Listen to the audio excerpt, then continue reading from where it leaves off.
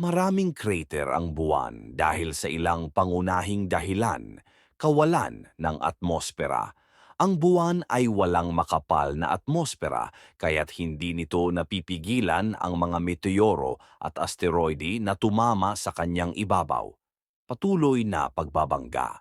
Sa loob ng bilyong taon, ang buwan ay nakaranas ng walang humpay na bombardment mula sa mga asteroide at kometa na nagiging sanhi ng pagbuo ng mga crater, kakulangan ng weathering.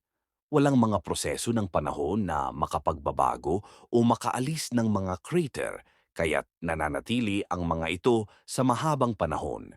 Geological stability.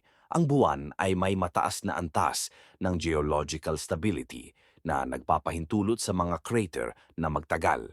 Dahil sa mga salik na ito, ang buwan ay may natatanging tanawin na puno ng mga crater.